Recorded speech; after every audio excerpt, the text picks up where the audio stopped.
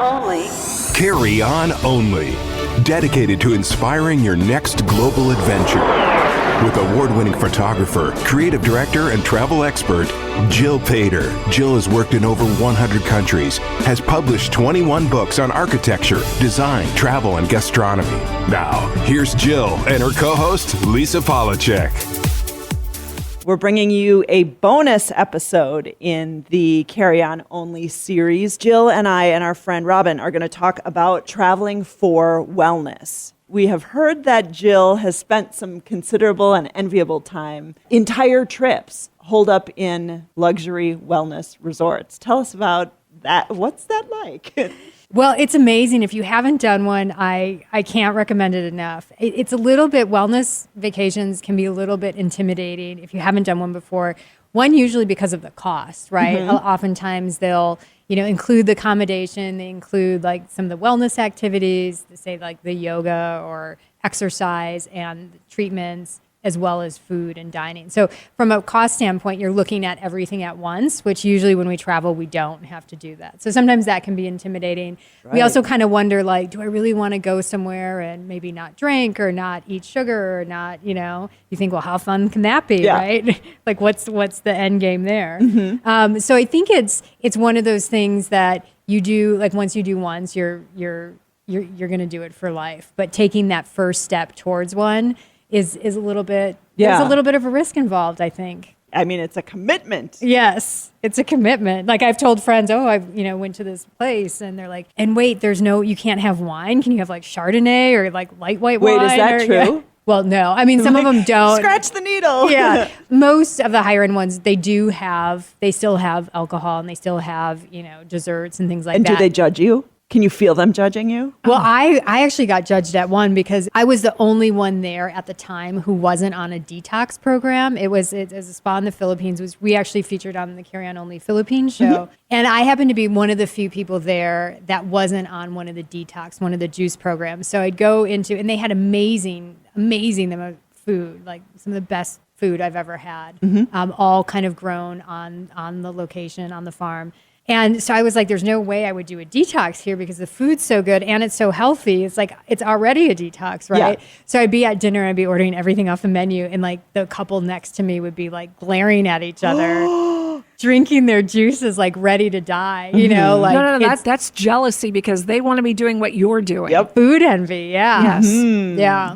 What do you think about the all-inclusive packages versus the a la carte? And does one put more pressure on you than the other? I've always been more of an a la carte girl. I generally don't like packages for anything because I feel too committed to do it. Like, even if it's like a pack of 10 yoga classes, I'm like, now I have to manage this in my head. Mm-hmm. And so I like the a la carte option because you can kind of go. But that being said, a lot of the luxury wellness are based on, say you're going for sleep restoration or you're going for healthier eating, a lot of it is built in. But I do like the a la carte option. Mm-hmm. I think there's some that offer the best of both worlds. Like when I was at one, I just did the accommodation and then everything else a la carte. So my massages, my, activities were just extra.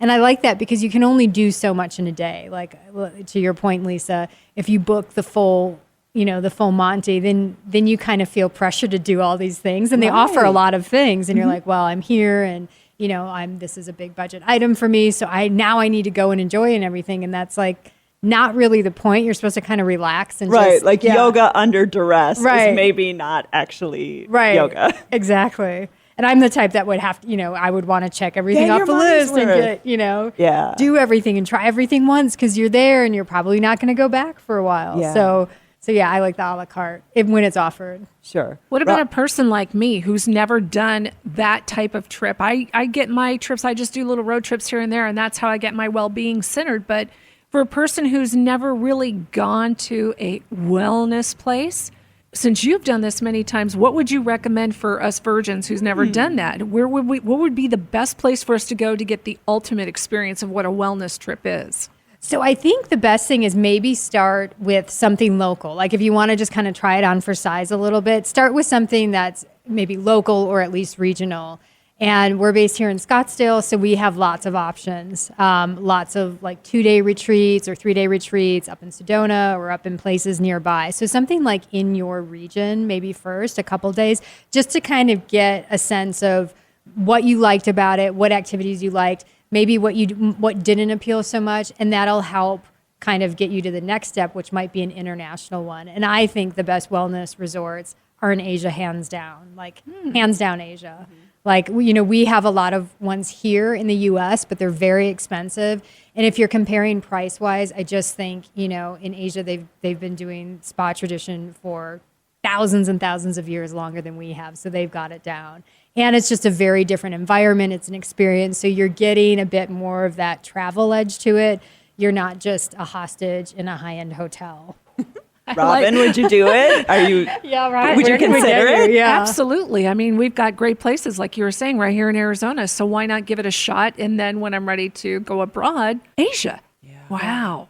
Yeah, it becomes easier. I think when you feel, you can't really convince somebody unless they actually feel it. So if you go to something, for a couple of days even, and you have that feeling of relaxation, you look great, you'll anti-age automatically. I mean, people will buy, here we buy like so many serums and things. We'll spend hundreds of dollars on serums for our face and injectables and all these things. But honestly, the best thing you can do to anti-age is relax and de-stress. And so one of these trips, you'll come back looking and feeling like $1 million. So heal from the inside out. Yes. What a concept. Yes. If you don't have the privilege or the great opportunity to do a wellness focused trip, you actually have an agenda, maybe you're even traveling for business. Do you have some tips for just self-care while you're on the road, ways of staying calm, getting comfortable, getting good sleep, taking good care of your skin on the road? Absolutely. So one of the things I recommend even before leaving, travel gives a lot of people anxiety, even people that travel frequently. I tend to get a lot of anxiety before I travel, and it actually hasn't gone down over, even though I travel all the time. So I try to take it easy a couple days beforehand. And then that might be counterintuitive to some people because you're usually running around getting everything ready to go. But if you do kind of have that issue, just taking it easy a couple days, it's also going to help your immunity. Because if you're super stressed before you leave, and then you get on a plane and you're there with like everybody sneezing and coughing next to you, it's just not a good thing. It's just you're kind of setting yourself up for failure. So hydrating is a big one. Hydrating like a couple days in advance before you go. I always bring those little hydration salts and things in packets to help me hydrate on the plane. It's going to make you feel a million times better. Also, I tend to vitamin up. So vitamin C, zinc, D3, B6, B12, anything you can do to kind of start to feel good before you go is going to help immensely, especially if you're on these like long haul flights. And then I like to meditate on the plane. I'll meditate and journal on the plane. For 20 minutes, you have nothing else to do. So why not put in your headphones and get an app?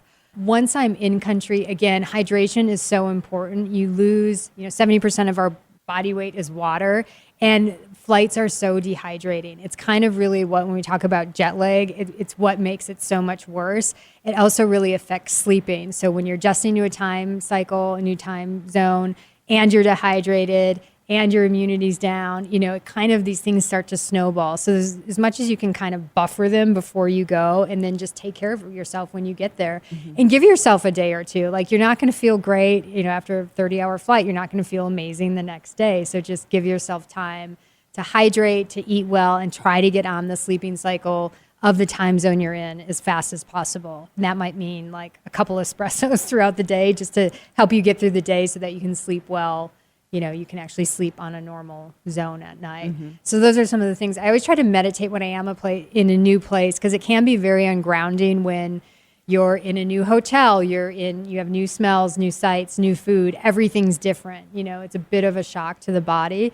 And so just grounding and actually taking time to appreciate that you're on this trip, like you get to take this journey a little bit away from yourself, away from your home, away from people that know you, and experience something new, get a new perspective on things. Kind of set an intention too of like what you want from that trip, of what's going to make you feel good, and what you kind of want to take away. And maybe it's just peace, maybe it's calm, maybe you're away from your family and this is the only real time that you have to yourself. Or maybe you're single, but you're so busy at work all the time and you just don't have time to unplug, That's when a long flight can be so helpful, right? Because you have nothing else to do. You can just watch movies, you can ground, you can journal, you can think about things you haven't thought about. Like maybe you're working on a writing project, a book project, or even just thinking about your life. Like I always get the best downloads of like what I should do next on airplanes. Like that's my favorite place to journal and just like think about who I want to be when I grow up. Well, here's a thought for you though, Jill. When you get back home and life can just kind of close in on you, how do you maintain that level of well-being without going back to the regular rigmarole of your daily life and all the stresses? How do you extend that? Because that's the whole purpose. You can't just get away for a few days and then come back and then go right through that process again. You want to kind of maintain that same level for a little while and gradually get back up to where the junk affects you in everyday life. So how do you do that as a traveler? Well, that's a great question. And I think almost the same thing that you do on the front end can be applied to the back end. And I know it's hard because a lot of people have very tight schedules, very busy work schedules and other things. But like if you can give yourself like a couple of days, especially if you're doing these big international trips, even if it's a smaller trip, like even if it's a couple hours or like just block out, don't go to work on 7 a.m. on the Monday morning. Like if you can block out a little more time for yourself, even a half day where you're home and you can kind of reground, just allowing yourself some time to readjust without all that pressure. Like don't look at the emails. Don't worry about your house not being clean or the laundry. Just give yourself that extra time once you land, because that's going to allow you to kind of like suck up everything that you enjoyed while you were away and kind of seal it, right? And then just know that you're probably going to be a little bit tired that week. You probably want to vitamin up again so that you don't get sick. And just take your time easing back into it. I have just a little statistical question for you, Jill. I will do my best. Yeah, no, it's a number that you have to arrive at on your own. I just want to know, when you've done one of those major wellness focused trips, what is the percentage of time you spend in a terry cloth robe? Ooh, that's a good one. I probably not as much as I should, because I get a little, to be honest, like the times that I've done these, I've gone from a very busy, kind of work environment to landing at these places, and it takes me a little bit of time to calm down from like the type A, right? Because we're talking about these resort menus and all the activities. It's like I kind of want to do them all. So it does take, and that's what I think too with wellness trips. It's like once you start to relax and calm down, or any trip, say you're doing a trip to the Caribbean, it takes a lot. You need to spend a lot more time there than you think, right? Because the first couple of days you're antsy and you're up and up. But then once you start to relax, you start to not care about anything, right? And you're not going to want to leave. So it takes more time to relax. So I'm not in a robe nearly as much as I should be, but I love massages. So I love body work. I love, trying different things, especially if you're somewhere internationally. They probably offer some unique treatment that you don't have at home. So I'll spend a little bit of time, but probably not as much as I should. Okay, well, I want you to have a nice robe at home then, so that can be part of your ongoing I will get self-care. Me a robe. I will get me a robe. Good. Okay, well, I think this was great. Thanks for indulging the bonus episode on wellness as an addition to the Carry On Only series. Thanks for listening.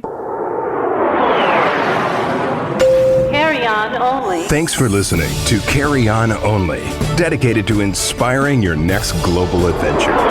Listen to Jill take you around the world in style, live every week right here or 24/7 on demand at starworldwidenetworks.com.